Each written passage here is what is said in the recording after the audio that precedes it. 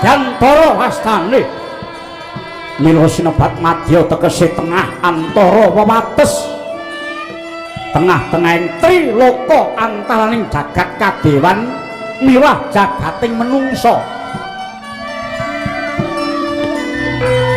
sayekti ora kasat ngata nanging nyata anane kaya ora beda mapaning bebrayan manungsa nadyan tobatan alus paranggena raton ing wewengkoning kajiman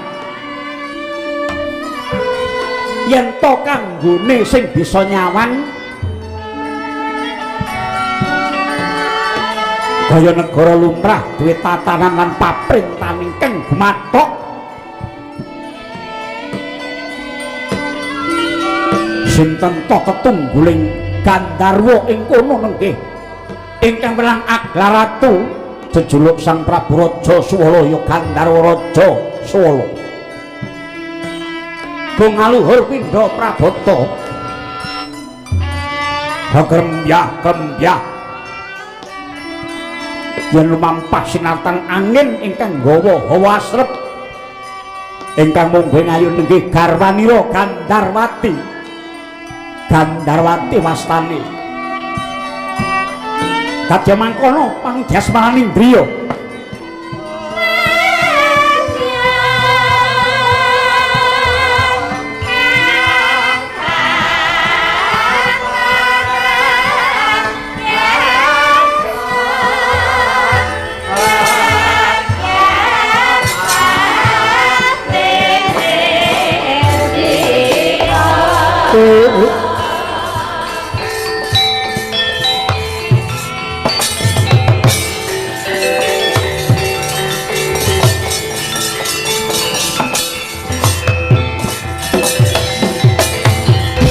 Wekung tumandang yang tarung janggitan ngadang dalan ilu-ilu panas pati gendro ning selaning bumi lata Gandharwati bojoku kang tak tresnani iya Kakang Raja Swala kepiye lata ana tetembungan anak mulah bapa pradak wong tuwa lanang kaya aku bingung nggonku ngecake uripku merga mradai polaing anak mung suwiji ya kuwi Bambang Supatra ingkang tak dama-dama lan tak gegala supaya besok ngenteni keprabonku ing Madyantara parandene luput saka gendongan saiki dadi wong mursal bedugal sanggon-gon mesti mung gawe geger lan pepati aduh Kakang yo kene anakmu dadi kaya ngono malah kanggo rasanan kiwa tengen mlembar teko njabaning rangkaku isin Kakang aku biyen sing gembol anakku Supatra deng kaya kendang tak lelitik nganti gerang jebul bareng gedhe kaya ngene Kakang ibu besok wirangku kaya ngopo dene anakmu kaya ngono Kakang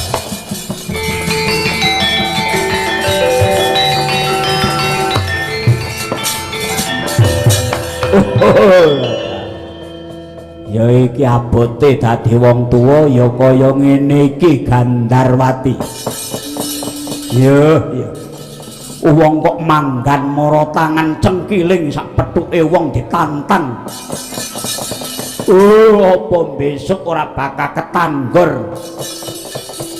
ana unen-unen sak dhuwur-dhuwuring kluwihan mesti ana sing ngungkuli dhuwuring gunung ana sing ngungkuli ya kuwi nadyan suket sing mapan ana pucuking gunung tegese kala mangsane mung kesandung barang sepele gede glate dadi gawe ya ngono kuwi wong dikandhani mlebu kuping tengen metu kuping kiwa rena wengi mung mancahi dawuh wong tuwa dadi apa kowe Supatra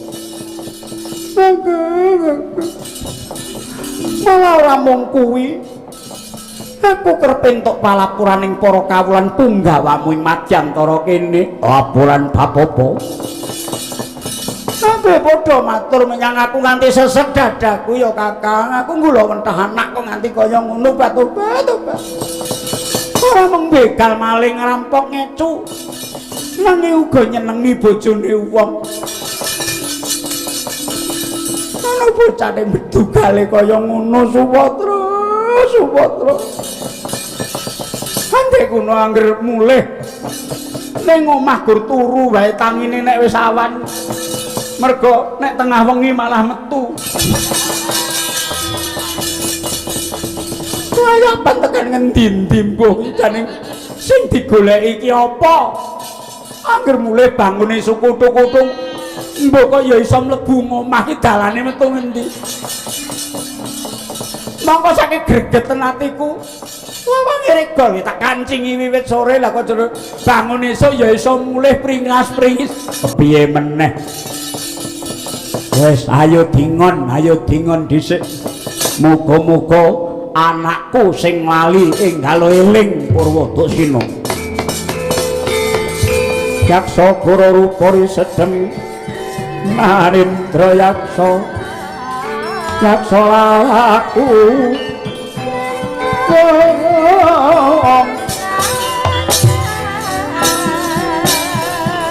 kang mawalengkan gambira marang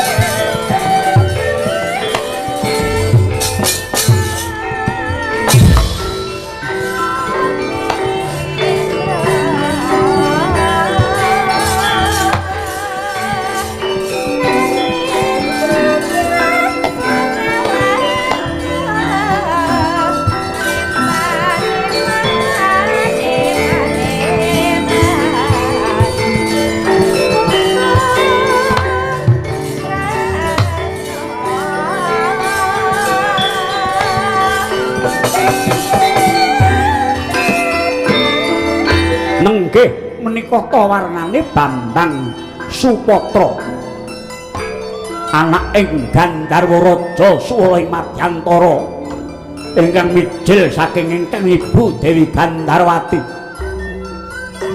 Aja tupeh putraning Gandharwa ingkang mengongoh kaya barungan barang dene peputra bagus Kang Marna cakrak bergas tur pengpengan digdaya sembada prawira yuda. Ora tegas tapak taling pandhe sisaning bulindo talapi tekaning kikil kasare bangsaning badan alus. Ora aneh ora mokta akeh ingkang samya kecipuan lumawan Sang Bambang Supatra. Sanggon-nggon namung gawe urip miwah gawe geger. Punggawa ingkang ora dosa ora luput dan pulo soro nanging siji kewala datan ana ingkang kuwawi malah ana ingkang datan lumawan yuda labet ajrih rehning Sang Bambang Supatra atmajaning Ratu Madyantara nenggih Sang Raja Suwala. Wes mahewu ingkang dadi korban parandene datan leren Bambang Supatra nuruti nafsu krenteking ati ingkang ugungan munggah ompakan.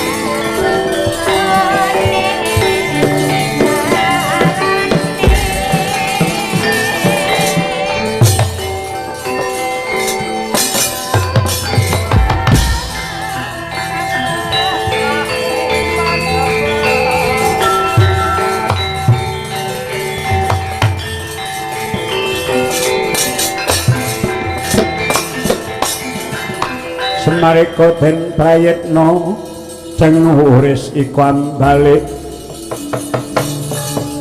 Tetiyoni Gandayani Bagong aku lho Pak iki sapa iki aku yang ora tepung sik ndangak terus gak mau mlaku kok nganggo uthik-uthik Kek Kong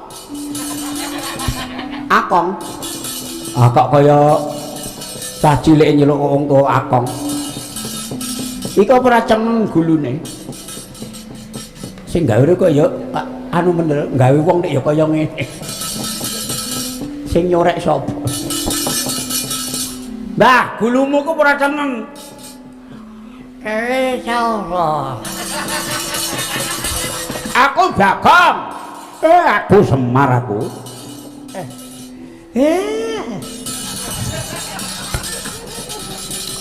ya nek kon tak kene wis adoh nah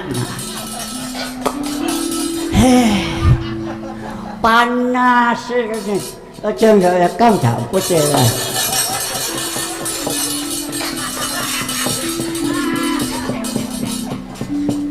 sampai nek jengke ndak undi ya aku tak putu nih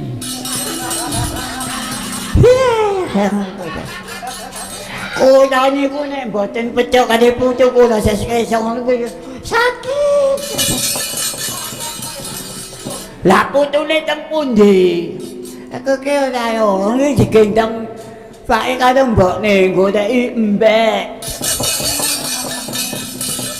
oh senengane ndelok wedhus nggih ngono kan niku dadi embi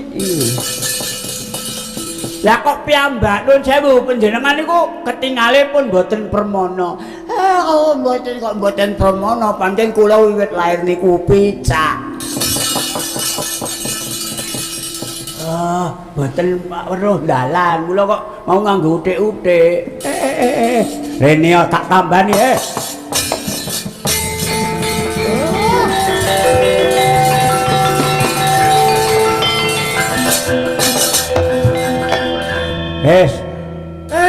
piar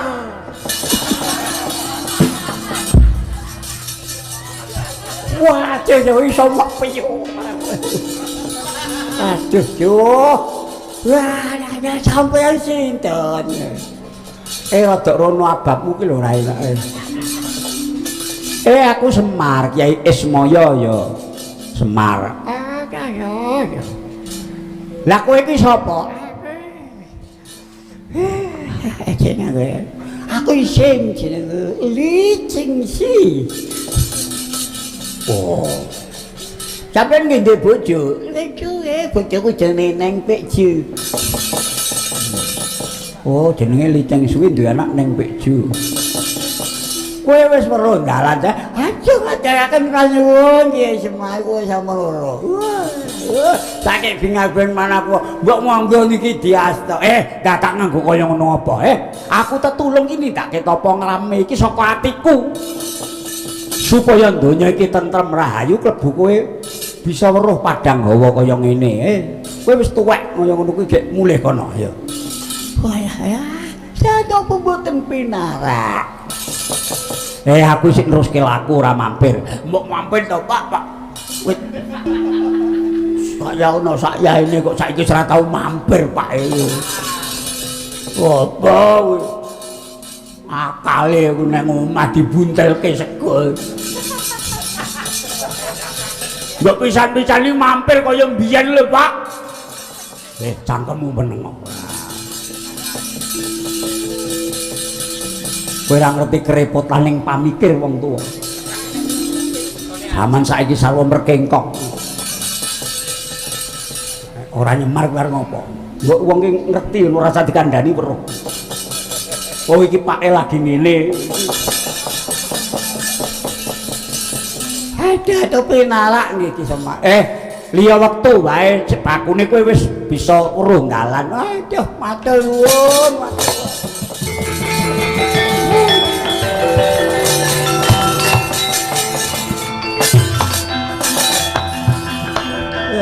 asemi bareng karo dalan kok mlakune clong-clong. Aja ngelokke wong kaya ngono kuwi ya sing nyipta sing gawe urip.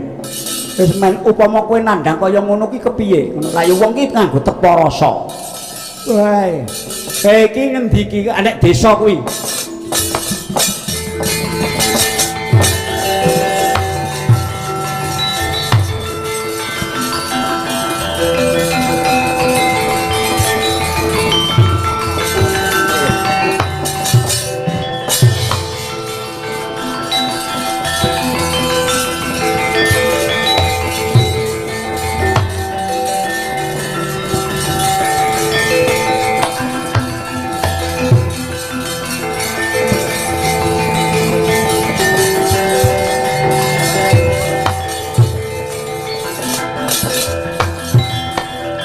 Ora pisan ora pindho kowe nglarani atiku.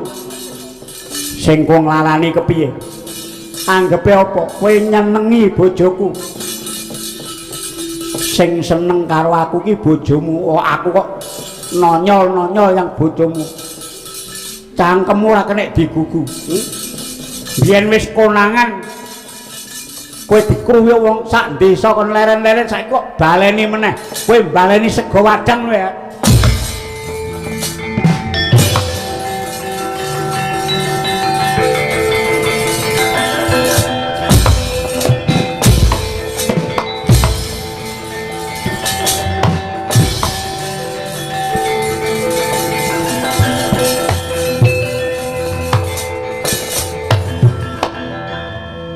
Iki dong apa iki?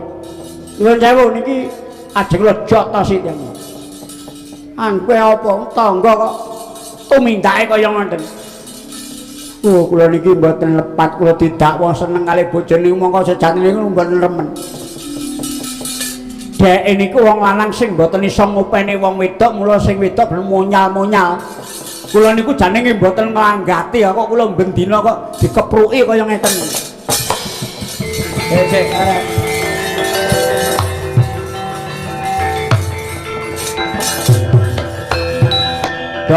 Doleren. Ndika niku sinten? Aku Kiai Semar. Sampeyan tiyang saking pundi? Wis kowe ora perlu takon, aku wong mudhun saka langit. Aku Bathara Samara. Lho, nggih Bathara, ndika niku dewa. Iya, aku dewa.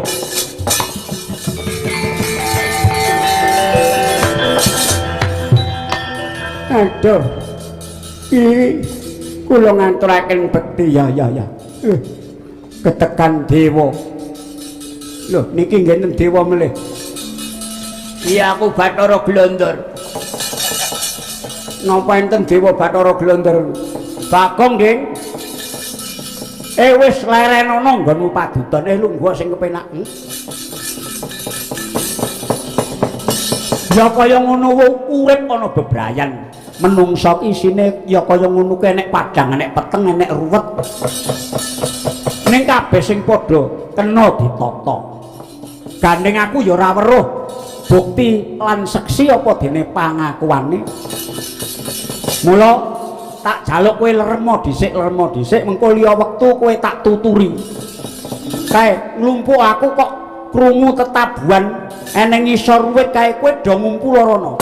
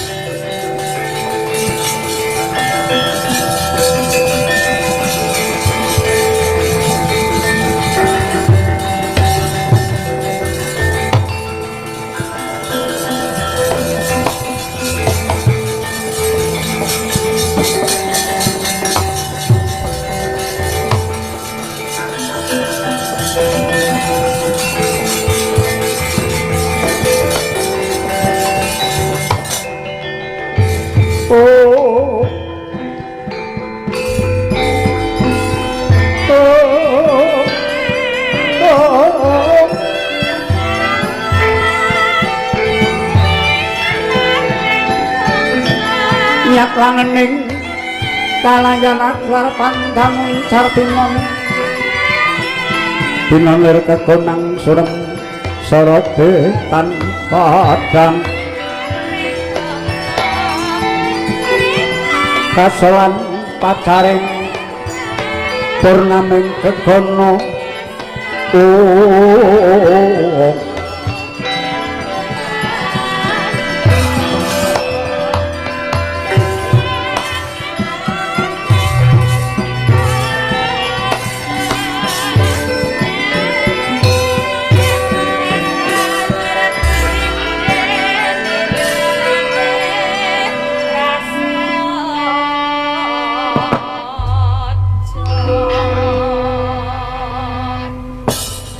tobat gamelan niki najan to mung sementen ning dirungokke kok ya kepenak banget.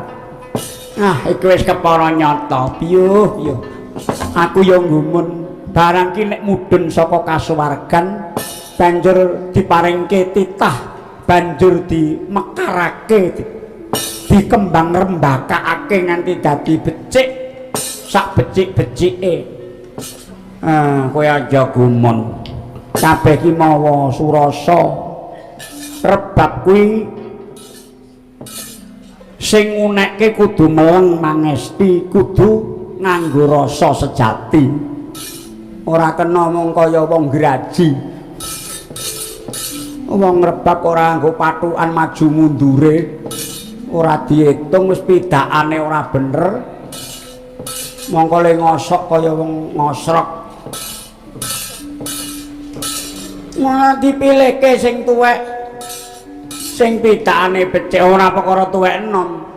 Dembenke ya tau direbapi tuwek malah pleyat-pleyat. Oh, dadi nek perkara becik ora perkara tuwek enom, ora perkara tuwek enom. Tuwek sing ngawur ya akeh. Dembenke nggonku ya tuwek ngawur.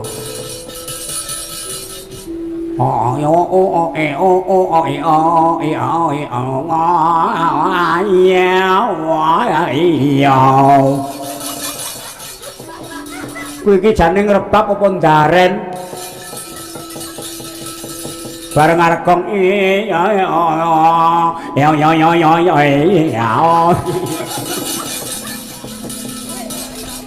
mongko sing bener ngono kok iya karepe men tregel ngono. Lajeng menawi kendang nu kendalining padang ngono. Oh lah menawi kenong-kenong ki kena winong wong marake lega ngono kuwi jarwa dosok diotak-atik gathuk gambang kuwi gamblang cetha timbang gender kuwi kedher. Aja kedher ngadepi kahanan. Dadi nek wong wis wani gender iki kudu wong tetek. Uteke. Ngaten. Lho. Nika sinten kene piyayi lemune ra jamak weh tindak mriki monggo-monggo.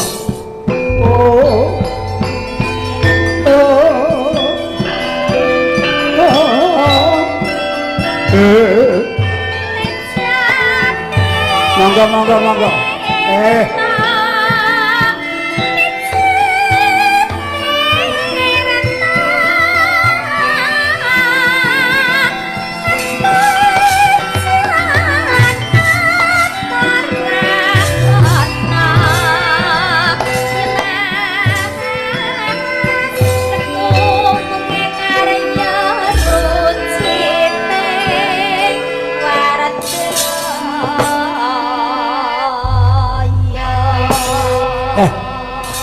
Nuwun sewu ndika niku sinten? Aku Kiai Semar ya Ismaya. Kiai Semar.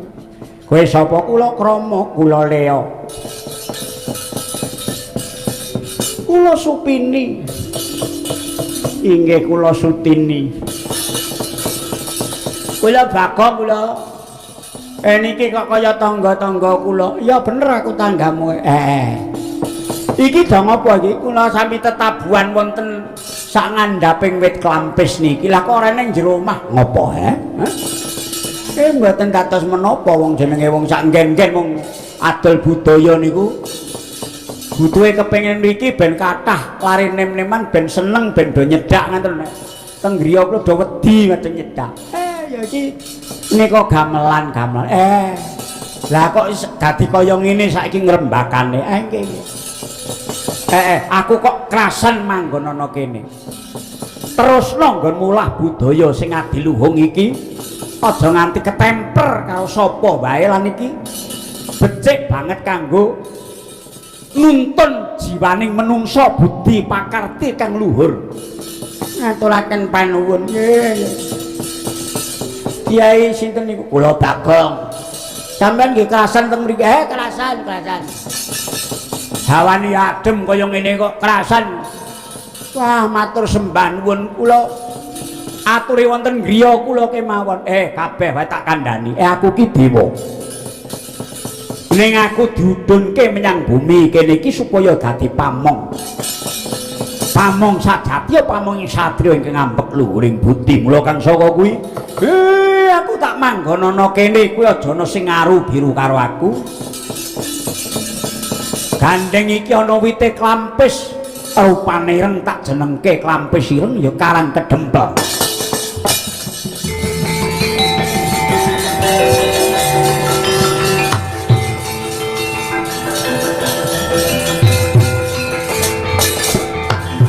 ngaturaken panuwun Kiai Semar ya saiki padha terusno nggon mulah budaya nang kene aku sing bakal melu ngreksa selawase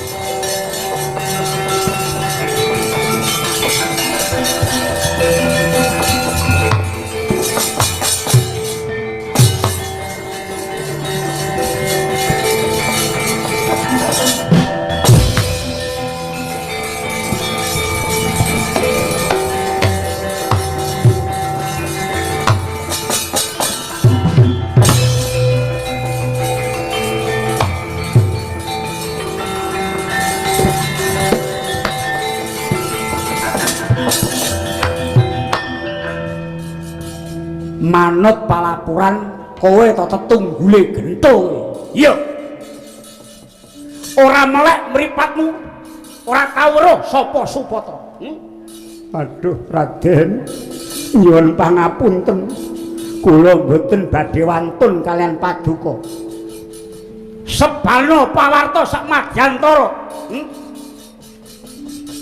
ora bakal sing ngungkuli Gandharwa Supatra klebu diapurmu Raden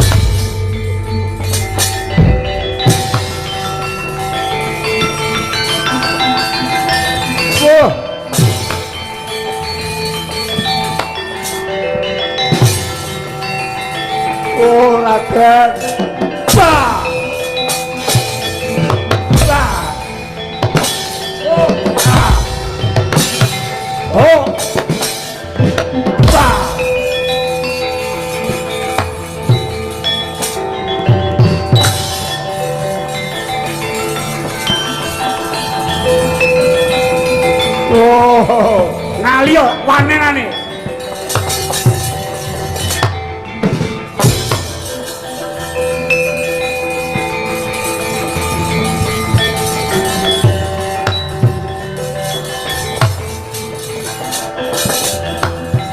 Drohono ngendel-ndelke tupeh anak ratu cangkemmu maneng apa mbok kira aku wedi kaya kae mau ora sotah aku arep ke anak panguwasa njaluk didak-idak karo kawulane iki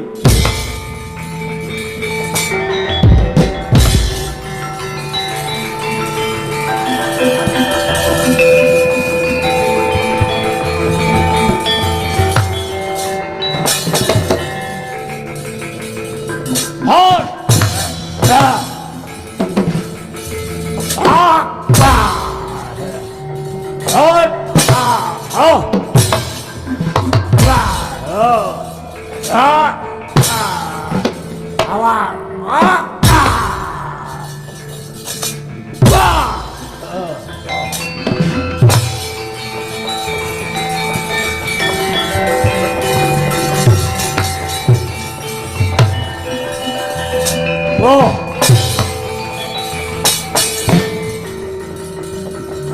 Hot. Wah.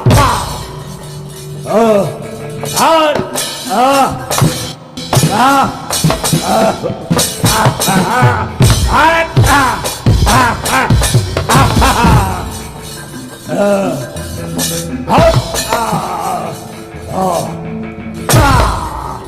Rangka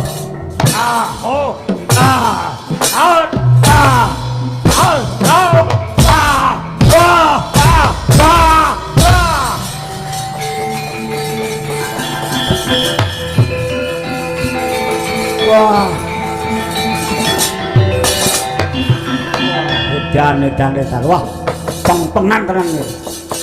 Ayo opo bang ngroyo palamu kon rene kabeh ora wedi ilang nyok.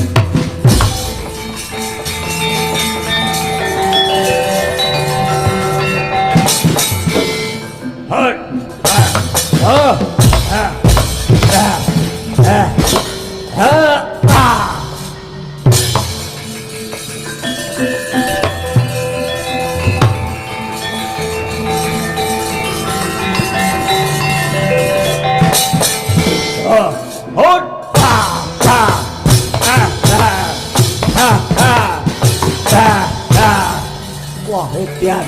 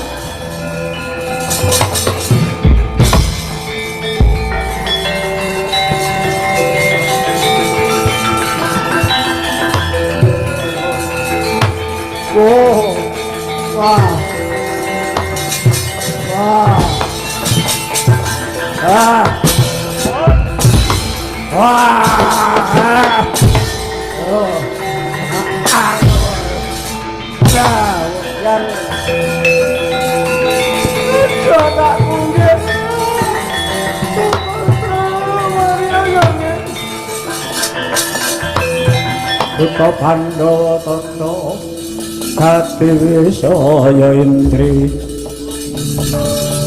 Indriyaksa Sara Maruta anakku nggalan aku leren raya Subatra leren piye tak ajare ngantek sekarat oh anakku ngger kuwi pekarane apa perkara-perkara apa rumangsane kemlinthi ora do melek mripate sak madyantara ki ora enek sing ngungkuli Supata ha kok reka-reka ngedekne paguyuban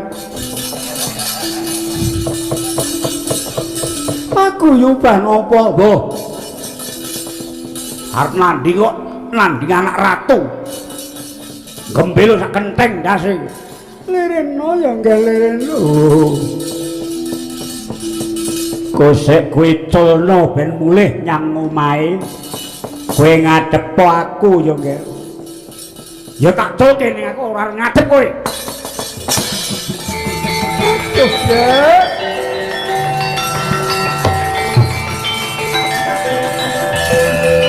aduh oh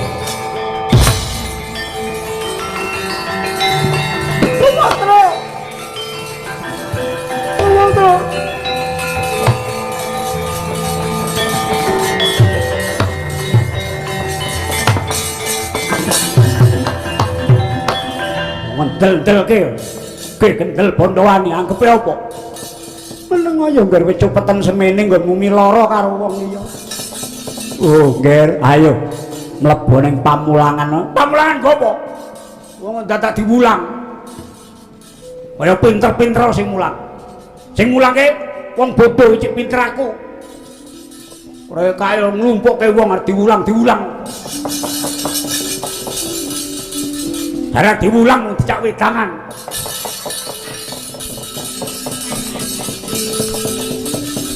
Oh, nek ora gelem leren aja takon dosamu. Takon dosamu arep apa?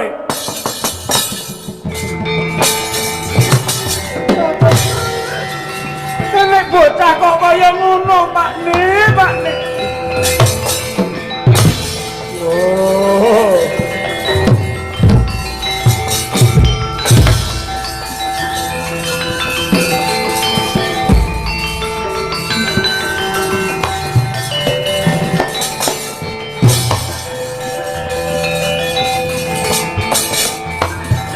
Yang tantara ratri namung ceto pupulun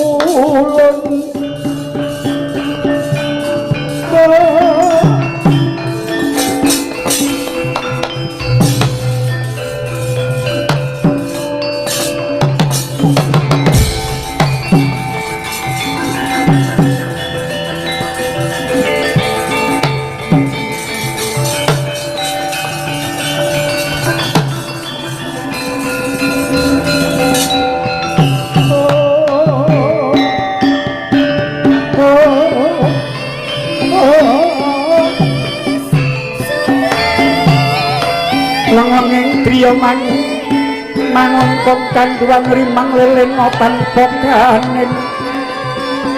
Oh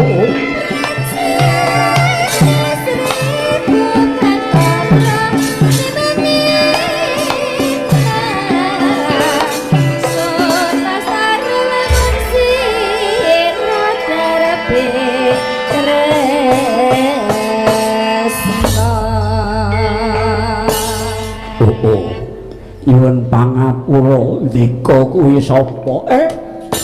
Aku Bathara Ismaya saka Kayangan. Aku atmajane Sang Hyang Tunggal, aku putune Sang Hyang Menang. Aku Bathara Ismaya, ya Samara, ya Semar, ya Badranaya, ya Nayantaka. Waduh, kulun.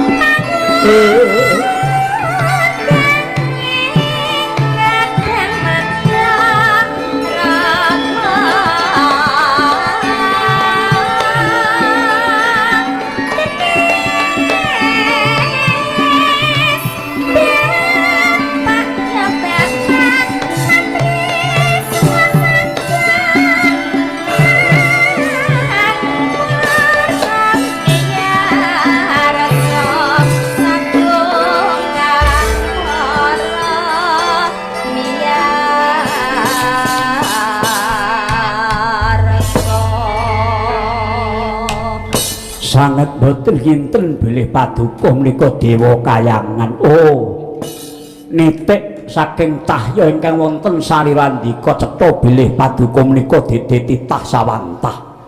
Kula ngaturaken pangabekti mugi kunjuk Bukulun. Iya. Kula pun Raja Swala tetungguling titah Suradewi ingkang mapan wonten ing Madyantara menika bojo kula pun Gandarwati. Iya. Wonten wigatos menapa kepareng rawuh paduka ing ngriki Bukulun Bathara Ismaya. Raja Swala ya. Sumurupa pancen aku tinitah mudhun ana ing bumi iki mestuti gawe eyangku Bukulun Sang Hyang Bathara Wenang supaya aku dadi pamonging para titah ingkang ngambek luhur budine. Ning ngene ya, bareng aku semapan ning Klampe Sireng ing Karang Kedempel. Lan aku sumurup kahanan tunggal negara kaya dene iki tunggal wewengkon ning beda alam. Merga kowe alam sing ora kasat mata ya mung kanggone Dewa Semar. Aku ora bakal kasamaran marang saliring ingkang dumadya ning Madyantara. Apa bener kowe duwe anak sing jenenge Supatra? Oh inggih Pukulun, kaluhuran dawuh Paduka leres. Mesti kewala Paduka sampun prisa tingkah solahipun anak kula pun Supatra. Ya. Aku wis nliti kahanan. Lah kok dadi kaya mengkono anakmu. Patrape. Mongko tak takon-takon aku njaluk sesurupan karo wong-wong Madyantara kene sejatine nadyan kowe Gandharwa nanging kowe utama ing tumindak ing lair ngudi karding batin ngesti Gusti. Ning anakmu kok mursal bedugal kaya ngono. Inggih Pukulun ingkang katen. Menawi cetha Paduka Dewa ingkang badhe ngreksa katentremaning jagat menapa wonten suka lilaning penggalih Paduka kula masrahaken anak kula dhateng Paduka Kyai Ismaya inggih Bathara Samara supados kagula wentah lair batosipun Paduka tuntun jiwa raganipun tumuju dhateng bebener Pukulun. Mareka den prayitna sumurisika ambalik teteyoni kanda yoni. Aduh Pukulun. Badhe sepinten to bingahing manah kula pun Gandharwati, anak kula ingkang kula dama-dama lajeng Paduka tuntun jiwanipun satemah dados titah ingkang utami Pukulun. Iya. Ning kowe wis mercayake tenan menyang aku lan kowe percaya karo Semar inggih Pukulun awit Paduka Dewa. Ya, yen pancen mangkono, coba tak telitine anakmu iki. Nggih, mboten langkung kula namung nderekaken Raharja Pukulun kuwi ugi badhe nderek.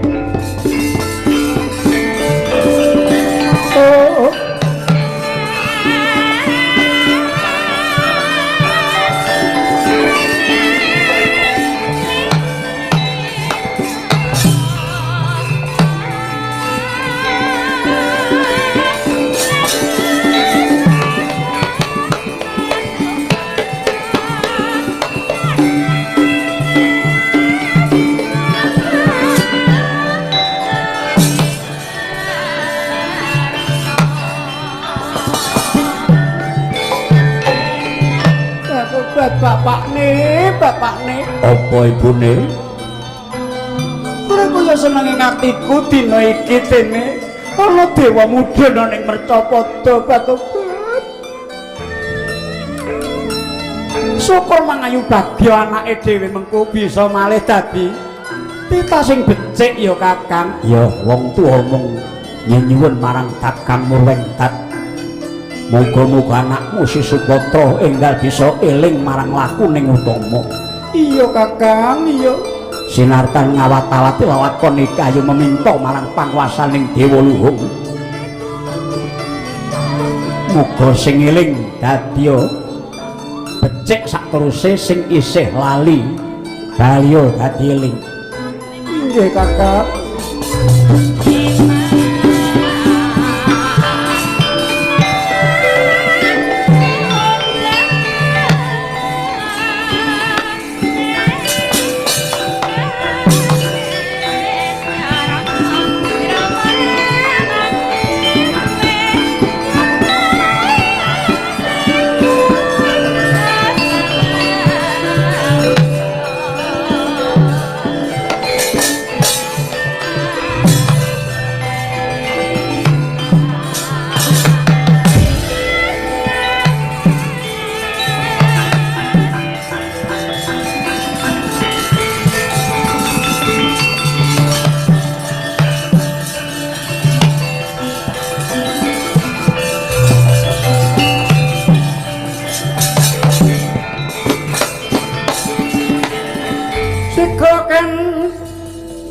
Tumingal acampuh samya ngedali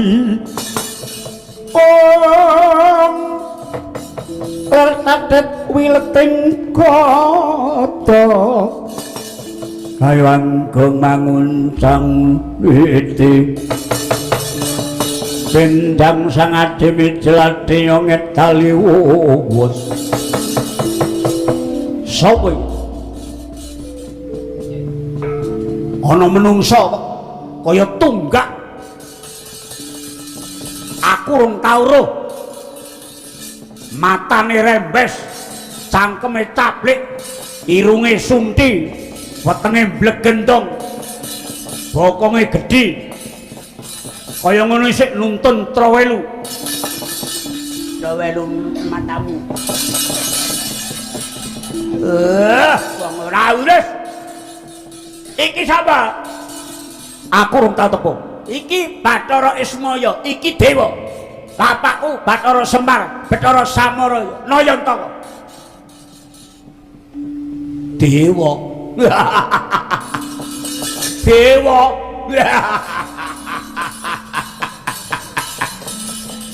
Dewa kok kaya ngono.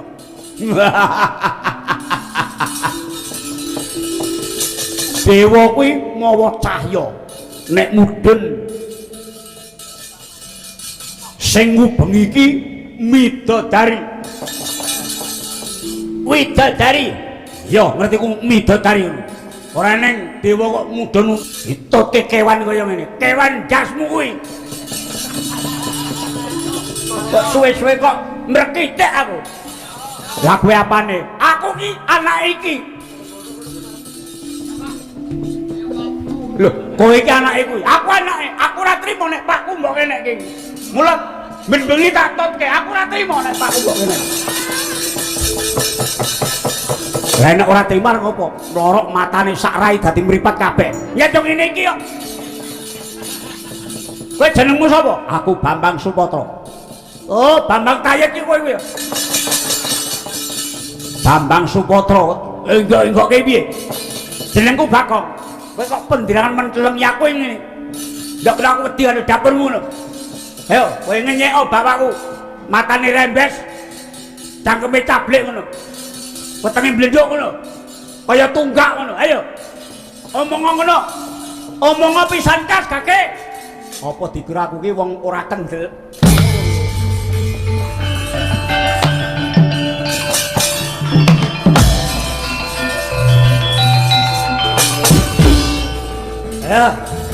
Ayo, sak gendengmu tak ladeni.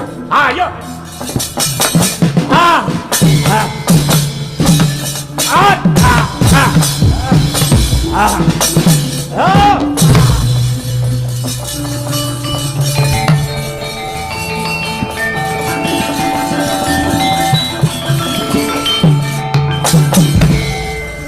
Apa nih?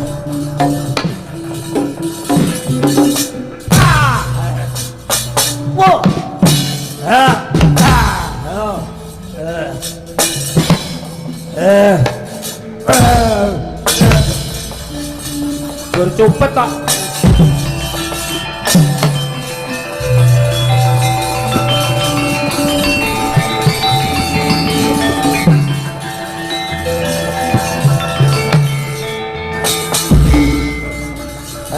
Nangkep.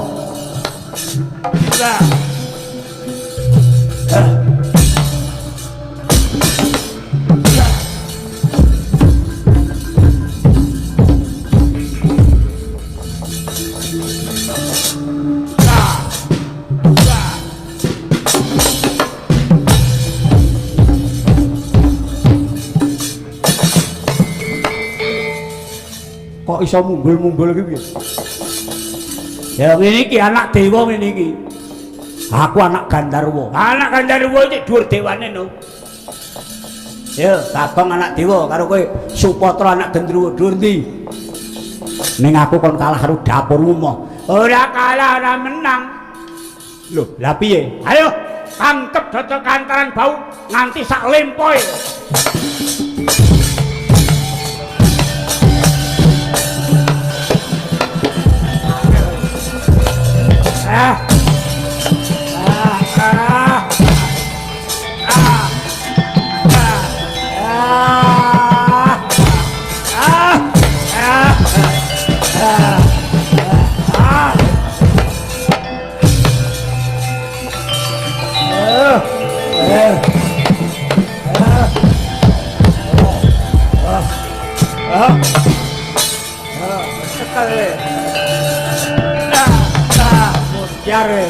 Ayo Mutar we.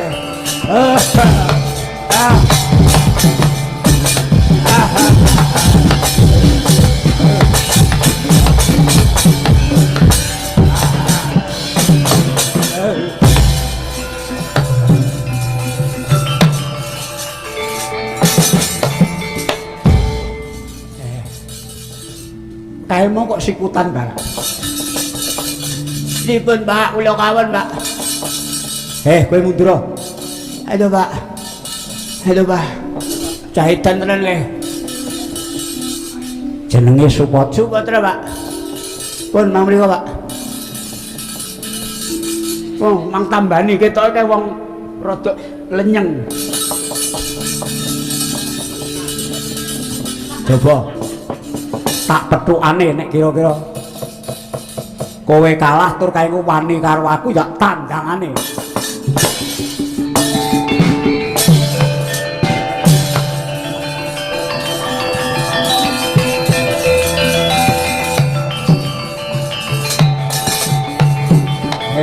Druhun kowe ya, Supatra.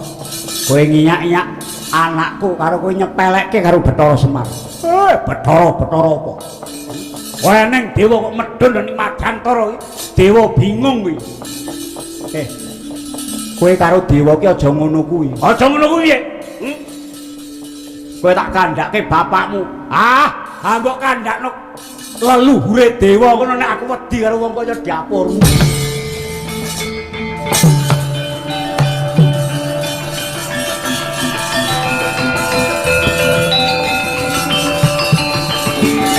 Oh, Supatra.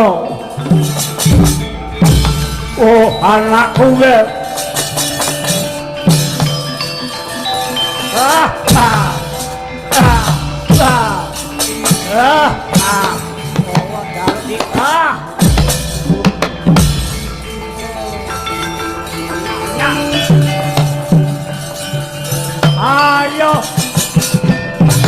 Ayo, Pak.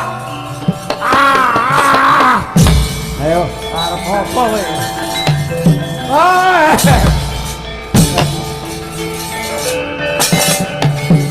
Aduh, aja udah ayo. Kowe tak cekel tanganmu kowe. Tangan siji cekel. Apa nek kene? Aduh, mati aku. Ayo. Aku tak geret rene kowe geret rono, Pak. Iya. Aduh, aku pedhot pundakku, pedhot yo men.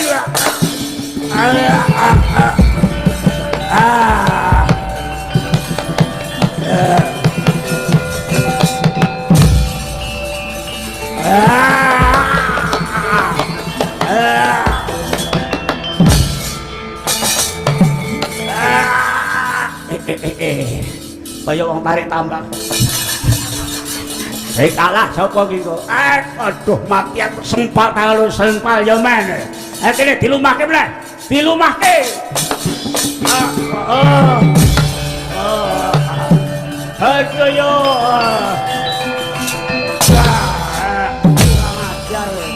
Aduh yo.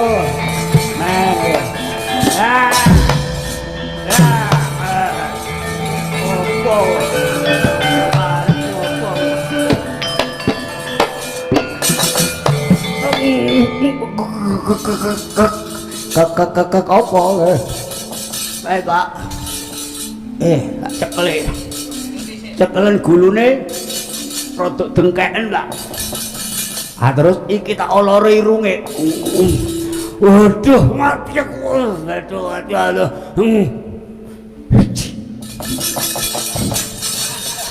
Haji.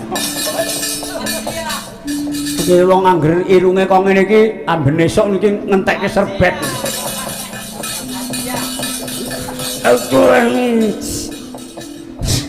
Malah nyang wetengku. Ayo mati aku. Aja meng kuwi, Pak. Kuwi cekel ku oloron, Pak. Tangane wis dawa lho iki. Iki nggon bangkekan ki digeret. Aja apa. Mumpung lotrok katoke, Pak. Kuwi ya diolor. Iki ya diolor. Nggo nek awake dawa iki engko nek ora kabeh iki kudu suwe. kudu porem karo awake nek awake dawane semono ya iki kudu dawa iki ning aja kedawan ku ndak nyampluk kiwa tengen wangunen wae iya ya wis aduh mati aku senep yang weteng senep ya men iso gong iso kowe kok ya pinter tenan iso lho ayo rotok ngene aduh yo lemes aku aduh lemes lemes dikapake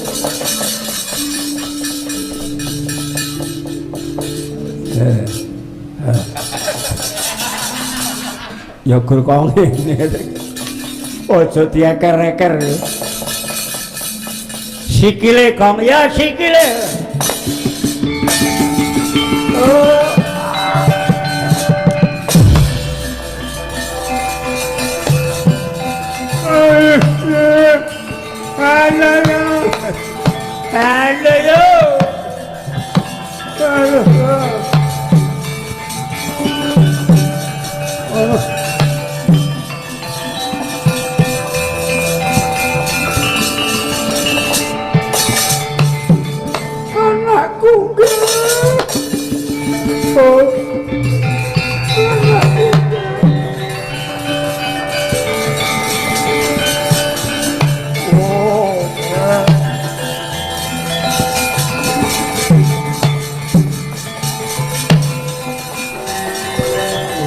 Supoto inggih pun Petruk kula aturaken suwita dhateng andika Sang Bathara Semar.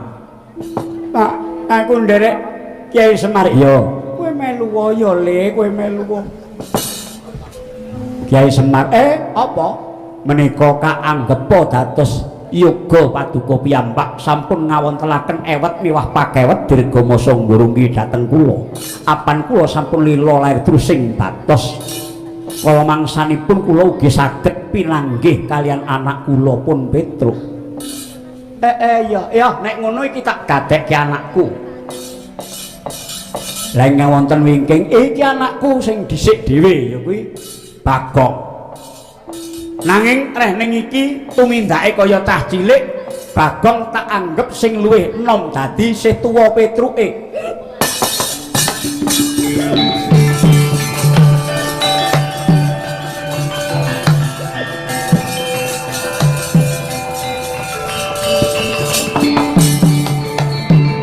Bagong, rene le. Ora sudi. Kowe iki aneh-aneh. Aku somong to. Sok ki wong loro wae, lebokke wong anyar. Aku ora butuh wong anyar. Sapa ngerti nek kuwi wong disusupke.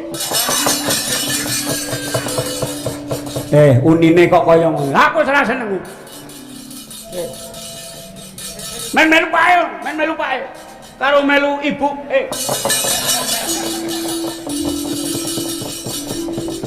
Ketingalipun si Bagong anak ndika niku kok mboten rena yen kula dados anak sing luwih tuwa napa kula sing nom mawon ora mergo tak sawang pancen kudune ngono. Bagong ki najan luwih dhisik nang tak anggap kaya bocah ora kok kaya bocah nalare goblok ora ning wong iki kelugunen tumindake lucu kaya bocah cilik. Mula kowe sing dadi anakku sing luwih tuwa tur to Bagong sing dumadi saka ayang-ayang aku lan kowe sadurunge Bagong dadi Bagong kowe iki wis ning alam Madyantara kene tegese tuwa Petruke. Bagong ambok rene to dole aku gelem rono ayo nek dipethuk nganggo apa dadi obo ora dipethuk-pethuk Petro iki kon rene rembukan karo aku sik. Padang ngarep. Turutono kae, Tru. Ambok nggih. Napa to, Dik? Dik. Kowe ngomong karo aku, Dik. Ora sudi.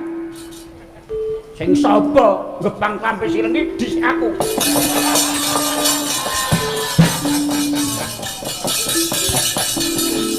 Kono mangsane wong anyar kinting-kintak weruh-weruh arep dadi.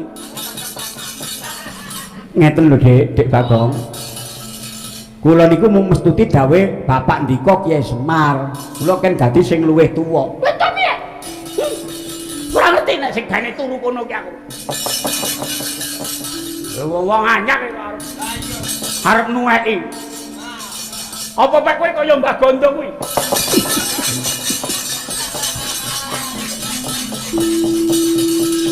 Pun to, pun mriki.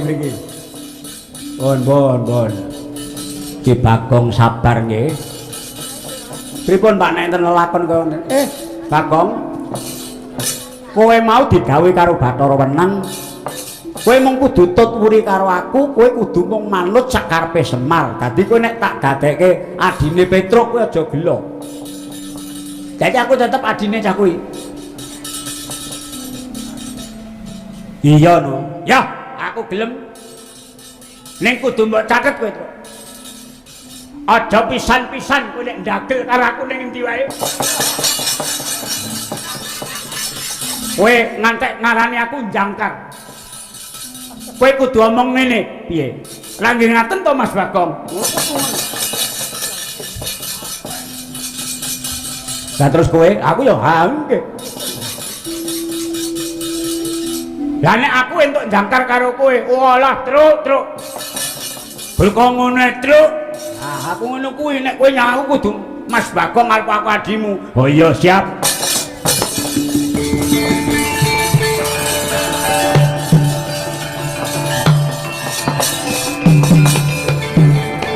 Pun saknipun dadi rombongane saknipun 3. Niki rada gampang le sepel. Nek aku mengumpani wae ora rembane. Sing kowe karo Bagong. Ora ngaten to Mas Bagong. Ha iya no, Truk. Ha ngono kuwi engko wis wangun. Wis kek seragam apa iki? Klambine dhewe-dhewe dhisik. Aku urung duwe duit. So nek wis pirang-pirang nyangan agek tak tukoke, agek tak pikir. Aku wis nganggo nggone dhewe-dhewe. Wah. Iki wis 3 lho, Pak. Wis oke lho. Terus sing mlebu rene iki wis wong loro lho, sing entuti sampean wong loro lho. Wong loro wae sing siji duwe kawiryawan. Mergo wong nek ora ndek kawiryawan iso gapuk bosok kok. Oh iya ngono bener. Wong loro lho iki. Alah uripe ukur karek setengah sasi. Uripe melu kuwi ya. Ora wurung. Ayo. Raja Swala wonten pengendikan dawuh. Iki anakmu tak gawa saiki aku isih kepengin ngangon jagat. Mergo aku mudhun iki aku neliti swasana